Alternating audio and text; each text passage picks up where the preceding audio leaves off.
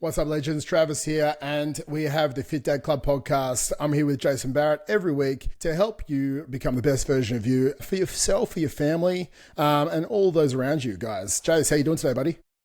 Yeah, good man. We got a king size bed delivered yesterday, so we finally have enough room when both the kids lose their shit to bring them in, and there's enough room for me not to sleep off the edge of the bed and wake up with an aching shoulder and neck. So I'm good. I'm a happy chappy, mate. How about you? Pretty good, mate. I'm pretty good. Yeah, it's been a good week. My back is slowly getting better. I do have a herniated disc, which is always fun, from picking up a bag off the ground 3 weeks ago, like literally not a heavy bag, a backpack with a pair of football boots. And that happens, but now what we're doing with training is bench pressing and curls. So I guess the biggest thing for everyone's me, excuse, man. Everyone's gonna be like, I herniated the disc and just bench and curls this week. I've just got big arms and a big chest. I'm still running, but I can only run on a treadmill at the moment, and I have to be super stable with my upper body, so not too much rotation. Because I guess you can always make excuses, or you can just find a way. And I think for me, to try and live the code, which is what we're going to talk about today, is always finding a way. Because we want to hold the line with our standards, and as long as I'm not doing anything dumb, and I've been training for a long time, I know what I can do within my limitations. Clearly, my limitations are picking up a backpack off the ground, but I won't be doing that again. Yeah, look, you're talking to the king of the back pain issues. Getting off the toilet, yep, that's a fucking big one. All of it's always the little things that add up for sure. But 100%, man, we'll do some rehab as well. We'll get there. Exactly. Back extensions. Back extensions, exactly. I think I can deadlift 200 kilos plus, but picking up the back bang got me. So the backpack, but guys, it will happen. Doesn't matter how fit you are. Sometimes something happens and it will go, but then it's knowing what you can still do and not using it as a crutch to put on 5, 10, 15 kilos over a couple of months. I think that's a big thing. And Jace, you proved that you can still get lean and jacked whilst you're going through your back rehab. And today we're going to talk about that in a way about living the Fit Dad code. And if you're a dad who's lost himself, if you're carrying the weight, I guess if you're carrying weight and sitting on your body where you just don't like it, and it's on your mind and it's constantly nagging at you, and you're done with starting over again every single Monday, and you want to become the man that your family looks up to, then this is the episode that I want you to listen to. I'm going to walk you through 5 principles that rebuilt my life and that we instill into the Fit Dads, and helping change hundreds of dads' lives with the Fit Dad code. So it's not a slogan, it's not a vibe, it's a standard, and it's how we live. So today we're going to get into it, and we're going to start with number 1, which is lead from the front. And this is the number 1 thing in our Fit Dad code. So we need to lead from the front because, kids don't listen to what you say. They watch what you do. If your kids if you're skipping workouts, you're drinking nightly, you're eating like shit, they'll follow that example. I was just talking to a new client, and he said, his habits, he's 35 overweight, and we've got our goals to smash that off over the next 6 to 7 months. And he learnt his habits through his parents. I appreciate the fact they didn't say his weight was genetic. His habits are genetic, right? So he always had to clean the plate. He always had to make sure he did this. So then he kept those habits. So his kids have leftovers, so he ate those. And these habits from his childhood seeped into his adult life. And I said to him, and he's got 3 younger kids, I was like, well, you learned your habits from your parents, and what are they learning from you? So I think from us, we have to lead from the front. And it sort of clicked to him. He's like, yeah, I need to be better, because otherwise when they turn 40 to 50, they'll be the same as me. If we can't expect them to do something different to what we're doing. Leadership isn't about being perfect, but it's about being consistent under pressure. And when you train, you fuel your body properly, you keep promises, you always do what you said you're going to do. You want to make sure that if you don't do this, your kids aren't going to do it either. If you do this, your kids are going to start to follow your actions. They're like, oh, it's not what dad just says, it's what he does. So you do what you said you're going to do is the most crucial thing. That one line will completely change your life. So you're not raising children, you're raising the future men and women who will model your habits. So if your son copied your life exactly how you're living it right now, would you be proud or would you be scared? I think that's a big thing. What do you think, Jace? Yeah, look, my low stakes example is whenever because we've got one of those underdrawer bins that we pull out, you can put the stuff in and it goes away. Because I'm, lazy in some aspects of my life, I kick it shut. I don't boot it shut, but I use my foot to kick it shut. And then Imi saw that, and now every time she goes to close the bin for me, she goes in like just like a full on fucking front push kick to close it. And every time I'm like, I can't get upset at her. I can't get mad at her because I showed her that behavior and I was the one who did that and she's now copying me. So I'm like, I can't get upset about that. And this, I think, is a hard double standard sometimes for dads. And it's something that I think that eats away at a lot of dads is I want my kids to do things differently because my intentions are to do things differently, but my actions say otherwise. And we judge other people by their actions and we judge ourselves by our intentions. We judge other people by what they actually do, but we judge ourselves based on, well, this is what I intended. And it's like, well, just before I had a conversation with my wife and I did something, my intention was for it to be a positive thing, but turns out it was something that she didn't want me to do. And we all do this all the time, right? We make our mistakes, we fuck things up. And it's just going, all right, cool. Well, even though this was my intention, the action and the result itself wasn't positive for her. So I've got to own that and go, all right, well, this isn't, I've got to not do that again. Same thing for our kids, same thing for our bodies. You got to go, all right, I have all the intention of getting up in the morning, but your kids don't know your intentions. They just go, Dad slept in. Dad stayed up late last night having drinks with his mates, and now he's tired this morning and doesn't want to play with me, right? These are the things, and leading from the front is important. You've got to be that person, and it doesn't mean that you're, taking control of everything. It just means that you're showing up and you're doing the things that you want your kids to do, that you're doing the things that you want to do. And as Trev's saying, like following through on your word and having that integrity of your word means your actions. I also have, I say this to my kids like all the time, and then they make me hold the line.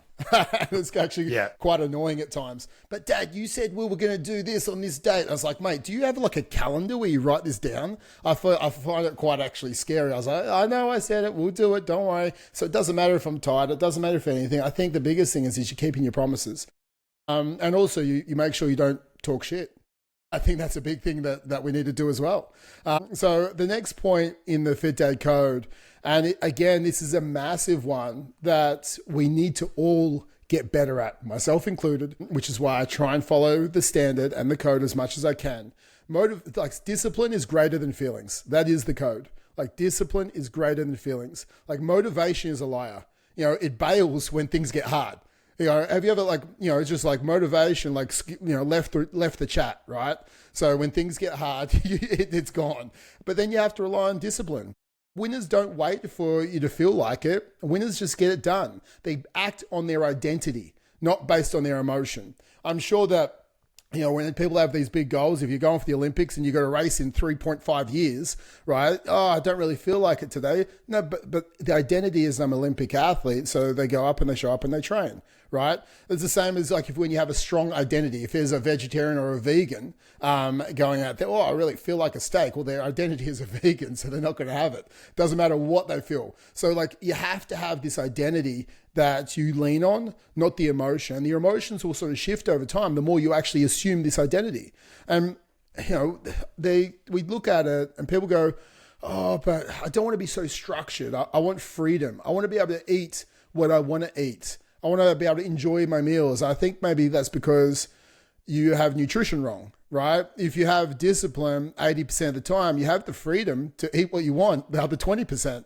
So you can have the burgers, the pizzas, you fit it into your calories. You have a coach and he shows you how. Oh, I'm going out this Friday night. If I was on a diet, I wouldn't be able to do that. So I don't want to be on a diet. I don't want to track my calories. It's like, well, if you had a coach, he could make sure that this Friday you had 3,000 calories and you drop the calories for the other 6 days to allow for that. The discipline equals the freedom to still get the results and do what you want to do. I think that's the key thing that everyone's missing. So it is always discipline over feelings because the discipline gives you the freedom that you're actually looking for. It gives you the freedom in nutrition and the freedom in your body. Instead of sitting on the couch, it's actually running and playing with your kids. Because at the moment, because you're relying on your feelings so much on how you're making decisions, you don't have the freedom to play with your kids. So, it's time to change.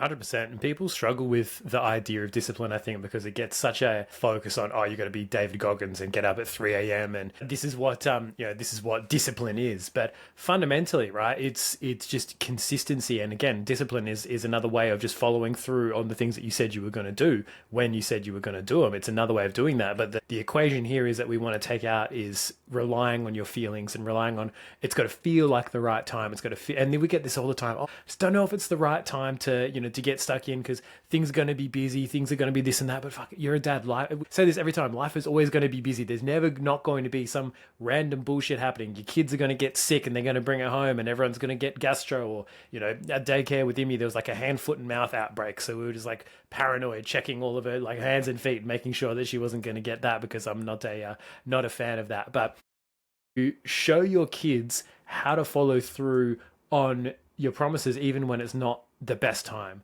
right? You say, cool, even if it's not the most perfect thing. This is, I think, a big one for a lot of guys. They're waiting for things to be perfect. And as a result, they go, cool, if I can't do it 100%, I'm not going to do it at all. But that's not discipline. Discipline is getting something done, no matter what it is. Like, cool, I said I was going to get a workout in today. You know what? It's going to be 10 minutes of every minute on the minute, 15 burpees. That's what it's going to be, right? And I'm going to do it, or I'm going to do 10 burpees and I'm going to wash 5 dishes, because I'm doing I had a guy who was losing weight doing that. He would do like a couple of dishes while his kid was having a nap, and then he would go for a run around the block, and then he would come back and finish off the thing, whatever. That's how he got it in. And that's discipline. Getting it done, not getting it done perfectly. 100%, mate. And I think when you look at this, you're already disciplined, right? I'm sure we've all had a job that we hated in the past, even when you had kids. And, when you look at this, you showed up for that job, right? You showed up for that job, even though you hated it. And you did it because you did it for the people you love. That's discipline, because you're doing the stuff you don't want to do, even just because you had to do it. And I think at the start, training isn't something you're going to do. Like changing nutrition, maybe it is hard. But if we turn that fact that we have discipline and had discipline in other areas of our life, if we turn that inwards, we show we actually already have it. We just have to direct it towards our health. You can never regret in life doing the hard thing, right? Doing the hard thing makes you feel good. You don't finish a workout and go, oh, I regret doing that. You're like, fuck yeah, that was me. I did that. I didn't want to show up, but it tastes so much better. The workouts that you do when you didn't have the energy and you still got it done. They actually feel better than the ones where you're full of energy, because you're like, man, that's the type of man I am, because I show up for myself. And because I show up for myself, I can show up for my kids, right? I think that's a big thing. And your kids will see that. Your kids see the fact that you're teaching them grit through your actions, right? And we know that grit is one of the most highest determining factors of success. So you're teaching your kids success through your actions because you've got a bit of grit. And we start stacking wins. You walk when you're a bit tired. You train when you're a bit stressed. You prep your food, or you track your food, even though there's stuff that's tempted that you haven't tracked. And that is discipline over feelings. The next one in the Fit Dad Code is you break the cycle, right? And I think this is a big one for all of us. We're taking the generational habits and just passing them down the line instead of making the buck stop with you, because that's where it should stop. Whether it be financial discipline or health discipline or every discipline, our goal is to have our kids be one step better. I think that as parents, that's what we always look at, or what I look at anyway.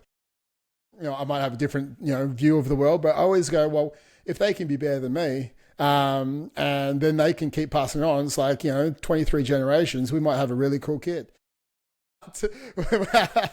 But when we look at this, I think the breaking the cycle is the big thing. Just because you dad drank every night doesn't mean you have to drink beer every night.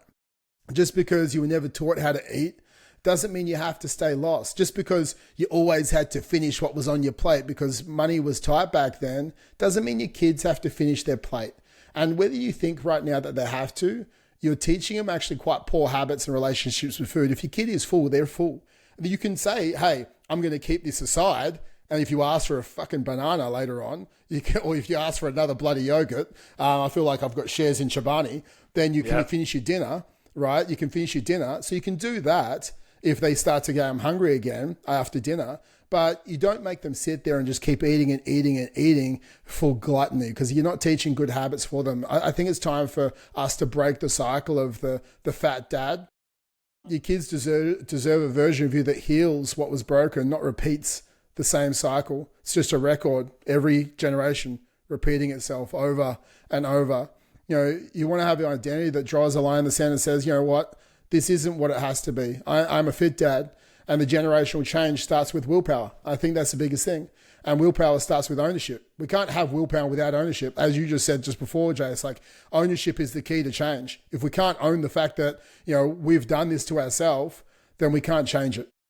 Yeah, 100%. You've got to take extreme ownership, right? There's a great book by Jocko Willink talks just about that of, I'm the one who got myself into this position. Yes, I learnt, perhaps I didn't have the best role models in the world, and that's all right.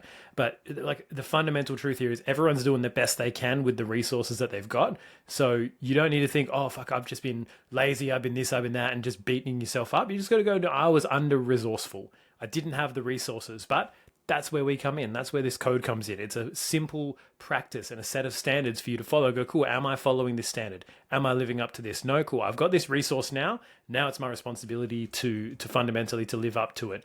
And we're all working on our own little things. Like we've all got stuff from our parents and from grandparents that we're trying to work on. The more awareness you can bring to, hey, because a lot of times weight is like a symptom. It's not like, oh, I just don't want my kids to be fat. It's like, no, well, you don't want them to cope with food and alcohol. You don't want them to repress their feelings by eating. You don't want them to binge eat and feel guilt and stress and shame when they look in the mirror. Like that's all the stuff that we actually give a shit about, right? Like if you could there's the whole health at every size movement. And I'm like, cool, credit to people for, wanting to love themselves no matter what. And I think everyone should love themselves no matter what, but you can love yourself and also want to lose weight and get fitter for health reasons, right? Because there's no evidence that suggests that having more body fat is healthier for you than having less body fat, unless you're sitting at like 5%, like unless you're a bodybuilder, right? Yeah, There's the outlier cases, but for everyone else, it's like there is health implications and there are emotional implications that come with consistently fighting against your body's urge. Say, I'm full, and then you keep going, right?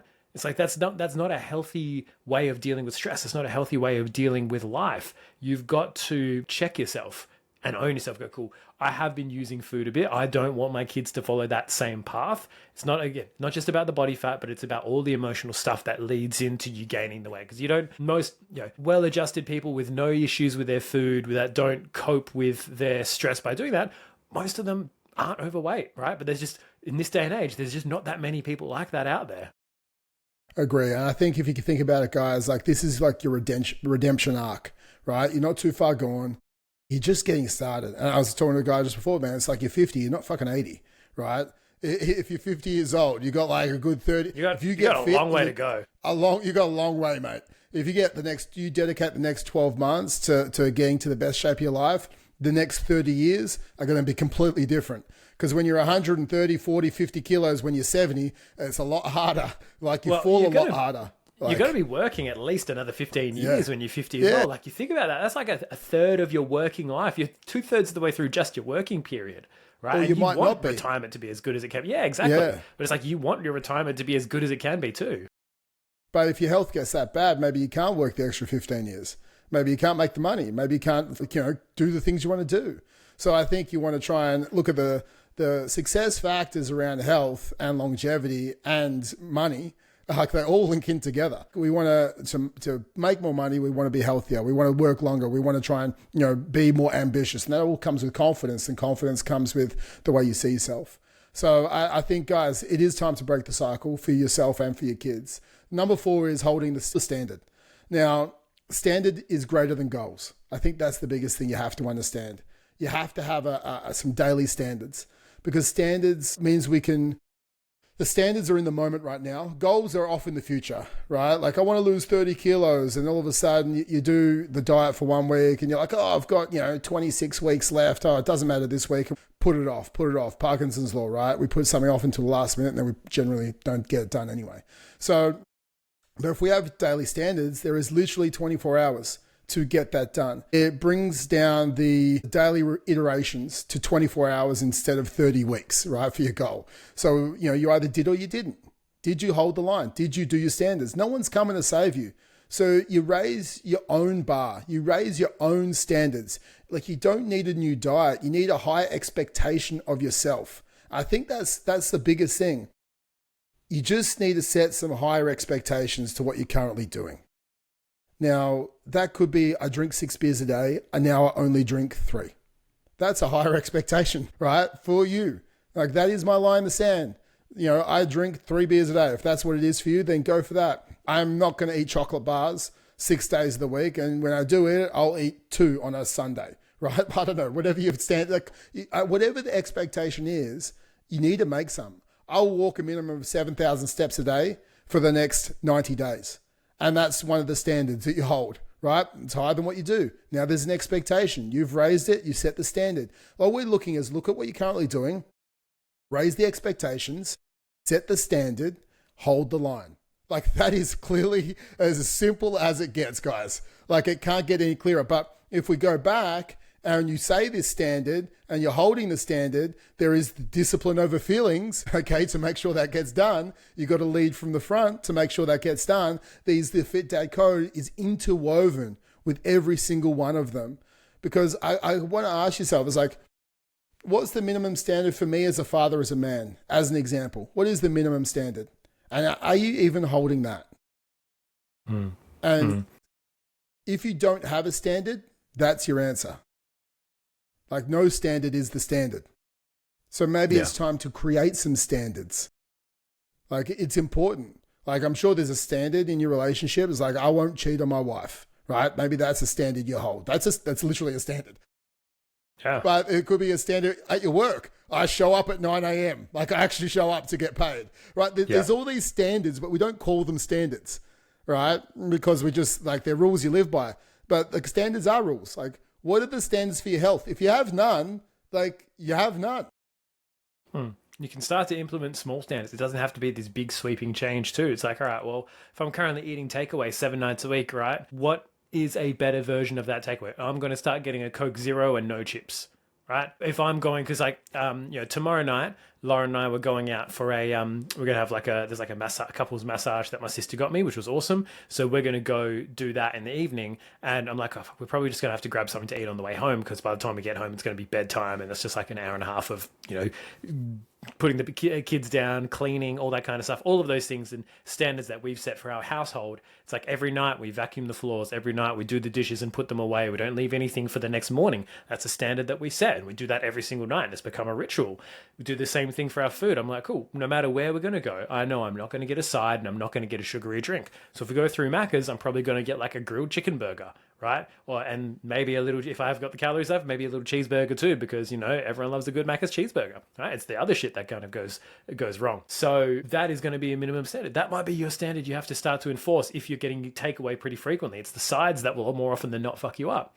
There might be other standards you can introduce. If you're currently hitting 4,000 steps a day, you're not doing any walking, do a 10-minute walk in the morning or in the evening before you leave work, right? Whatever that has to look like for you, find something that you can, as Trav saying, it's like something that you can stick to, because a lot of people, they have this yo-yo mentality. If you can't stick to your cycle, you end up finding yourself restarting every Monday. Your standards are a little bit too strict for where your capacity is. You've got to build that capacity. So I'm not taking some guy who's not going to the gym at all and say, let's go to the gym 4 times a week. So no, let's do body weight training 2 to 3 times a week. 2 is a win, 3 is a friggin' 150% A++, right? That's the standard that we start to set. And then it's like, once you need to earn longer workouts. Let's do 15, 20 minutes. Oh, I could do longer. All right, well, let's just see if you can keep this habit and this ritual and this standard for the first couple of weeks. Then let's increase it. Because it's not about this flash in the pan, I'm going to forget everything and go balls to the wall for 12 weeks. That's not a standard, right? That's an unsustainable practice. We want to set a minimum standard for what your activity level is, what your food intake is like, and you can gradually increase that over time. But it's about never falling below the minimum. Because that's what too many dads do. They have this hectic period of time. Kids get sick, tax time, you're an accountant, it's getting hectic. You fall below that standard, right? And then you start to decline. Same thing like for Trav and even myself with the back injury. The first time I injured my back really badly, I didn't train for like 12 months and I ate like I was bulking, right? Basically just called getting fat. I remember we went to New Zealand and every place we went, I would order 2 breakfasts. I would have like the pancakes and the bacon and eggs. And I was just like, fuck, no wonder I put on the weight. I have no idea what I thought I was thinking at that point in time. But that was like because my standard just completely fell away. I didn't have a standard for walking. I could get steps in, but I didn't. I didn't have a standard at all for food. Because I was eating my feelings. So by having a minimum standard, whenever something out of the ordinary pops up, for me, it's been sickness with the kids, right? Get on the walking pad and do half an hour to an hour a day. Can't get to the gym, do it while you work. Like all these little things that add up to you then finally having that result. But then also, like for me, I lost that weight in, it was like 2020 or 2021. COVID was still a thing at that point in time. And I've kept it off for 4 years, 30 kilos, and I've kept it off for 4 years, right? I think I bounced back up maybe like 5, 10 kilos at a max. But that's success, because of the minimum standards of not letting an injury or not letting hectic times take away from my minimum standard of how do I show up. I think when we look at the next thing, it's the key to it all, right? Number 5 is don't go alone, right? Lone wolves starve, guys. Like, you have to have a pack, and strong dads, they build packs. So every time you've fallen off, it's when you've tried to do it alone. You've said, oh, I'm going to do this plan, and all of a sudden you didn't do it. And then you're like, well, it's only me holding the standard.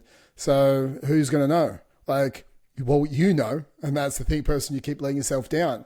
But if you have a pack, they'll pull you back up. And that's the big thing. Like, accountability changes everything. Like, you don't need another plan. You need people who won't let you quit. You need someone in your corner.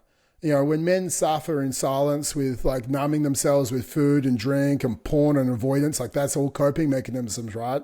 Like that's when it's hard. If you're going through something, you have someone to talk to and you're trying to change your life and become the best version of yourself, then they hold you up. They push you forward. They listen. They empathize. And you can put that energy into positivity rather than negativity. I think that's a big thing for us. We need to hold the line, and we can only do that if we do it together instead of going alone. What do you think, Jace? Yeah, I think like this whole lone wolf mentality and and it's funny that they always use like wolves as the analogy, because like lone wolves fucking die, right? Like wolves are a pack animal. There's a whole point. There's a reason why they have a pack. There's like protected, and they have like, you know, strength in numbers. One lone wolf doesn't go out there and like do shit. They're not fucking tigers, right? They're a lot smaller. So the biggest challenge, I think, is number one, dads thinking that they're the only ones going through it, and as a result, they don't reach out and they don't ask people because they think, fuck, everyone else has got their shit together. Like, look at, you know, Jason just said he's kept this weight off. I've never been able to keep the weight off. Look at Trav. Look at his, you know, rippling pecs and massive muscles, you know. Look at his big calves and his run times, right? I could go, fuck, I could never do that. But like real people in your life prop you up. When I went on my first 10-minute run that was like a kilometer or like fucking a kilometer and a half, Trav was like, fuck yeah, man, nice work. Well, yeah, next one you do 15 minutes, next one you do 20 minutes, and you increase that as you go. There was no piss taking, there was no, you know, breaking people down, because when you're doing something, you know, for yourself, you want people in your corner that are going to support you. And there are people that actively want to support you and actively want to help you, but they need to know that you're struggling. They need to know that you're not feeling in the spot where, you know, you would like to be. And there's interesting sort of take on this in terms of our kids. There's a level of vulnerability sometimes we don't want to show to our kids because we think, fuck, I don't want them to think I haven't got it all together, because they need me to have, you know, my shit together, because, you know, they're young and they need to know that, you know, dad's got this. And there's times where that is necessary, right? You don't like, kids, the bank is kicking us out of our house and fuck, you need to help me find a place to live. But it's important for your kids to know that you do struggle with things from time to time. Because if they keep getting this front of the quote unquote perfect dad who never has any struggles, who never has down days, who's never upset, who never cries. I was listening to a podcast where a son had didn't want to cry because he'd never seen his dad cry before. And his dad, you know, it was not like his dad wasn't trying to cry, he just had never really openly displayed the emotion in front of his son. And so as his son was started to develop this thing, it was like, men don't cry. And that was the sort of mentality he started to have. So you've got to consider as well, like, your kids are watching you, and if they think, hey, dad never asked for help, right? And for a lot of us, that was our dads, right? They never asked for help. They never reached out. They never did, they never were very open emotionally, sometimes until like later on. But because of that, you know, they had all this bottled up stuff, and they taught you about that bottled up stuff. So you've got to consider, like, all right, if I'm showing this, I'm giving my kids permission to do the same. If I'm being open and honest about my feelings, I'm giving them permission to be open and honest about their feelings too. Because otherwise they think, fuck you, we just don't talk about, you know, we don't talk about Bruno. We just don't talk about things in this family. And it bottles up, right? Hopefully you haven't got a brother that speaks to that fucking looks into the future or whatever, from Encanto. But you know, that's I think the thing that we need to remember is when you do that, you give your kids permission to do that too. And it's so much more healthy for you to be able to let it out and actually speak to someone about it. Right. Like, I guess at the Fit Dad Club, like, we don't go it alone. You know, we always rise together, guys.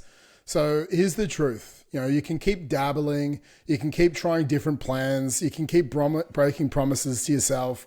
or you can live by a code. And these 5 principles that we talked about today, they don't just help you lose weight. Like, they help you reclaim who the fuck you are, right? They help you reclaim the man that you want to be. And I think if you felt this episode was something that helped you understand, okay, maybe I do need a code to live by. Maybe this gives me clear direction and clear structure. And maybe I need more of this, and I don't want to go it alone, right? Because we know that that doesn't work. Go to fit-dad.club, book in a call with us, and we can have a chat about where you are and where you want to be, and we can help close the gap. If you're ready to join us, then we're ready to help you, because we will help you live the Fit Dad code and help change your life. Not just the weight, but we'll literally change your life so the trajectory of your life is better for the rest of it. Other than that, guys, that's it from me. We'll always talk to you next week, Jace. Nothing else from me, guys. Just remember to, we're in your corner. Till next time. We're in your corner, guys. Talk next week. See you guys. What's up?